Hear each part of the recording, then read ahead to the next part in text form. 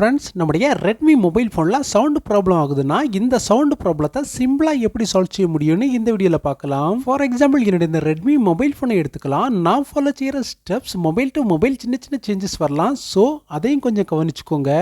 Okay, இப்போ ஒரு Redmi mobile ஃபோனில் சவுண்ட் ப்ராப்ளத்தை சால்வ் செய்கிறதா இருந்தால் ஃபர்ஸ்ட் மொபைல் ஃபோனில் மொபைல் செட்டிங்ஸை ஓப்பன் செய்யலாம். நெக்ஸ்ட் இந்த செட்டிங்ஸ் பேஜை கீழ்ப்பக்கமாக ஸ்க்ரோல் செய்யும்போது சவுண்ட் அண்ட் வைப்ரேஷன் நேமில் ஒரு ஆப்ஷன் ஷோ ஆகும். இந்த சவுண்ட் அண்ட் வைப்ரேஷன் ஆப்ஷனை ஒரு முறை செலக்ட் செய்யலாம்.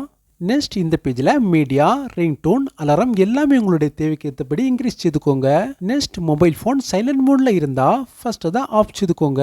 நெக்ஸ்ட் இது மாதிரி silent media in silent mode இந்த ஆப்ஷன் ஆன்ல இருந்தாலும் சரி ஃபர்ஸ்ட் அதை ஆஃப் செய்துக்கோங்க.